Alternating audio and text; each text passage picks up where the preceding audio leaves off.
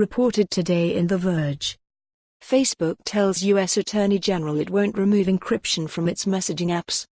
Facebook executives told Attorney General William Barr that the company would not provide law enforcement with investigative access to its encrypted messaging products ahead of a Senate hearing on encryption on Tuesday. In a letter, WhatsApp and Messenger heads Will Cathcart and Stan Chudnovsky, respectively, said that any backdoor access into Facebook's products created for law enforcement could be used by bad actors for nefarious purposes.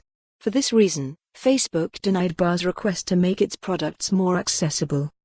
The backdoor access you are demanding for law enforcement would be a gift to criminals, hackers and repressive regimes, creating a way for them to enter our systems and leaving every person on our platforms more vulnerable to real-life harm, the Facebook executives wrote.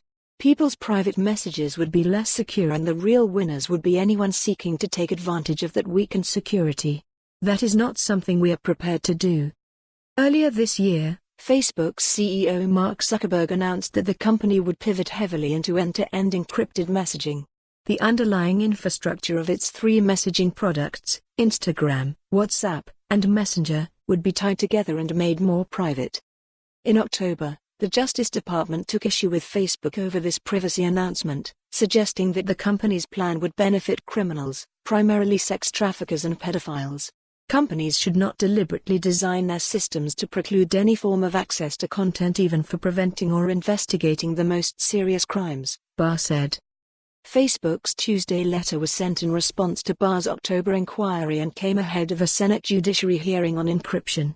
In his opening statement, Chairman Lindsey Graham, RSC, told Apple and Facebook representatives that he appreciates the fact that people cannot hack into my phone, but encrypted devices and messaging create a safe haven for criminals and child exploitation.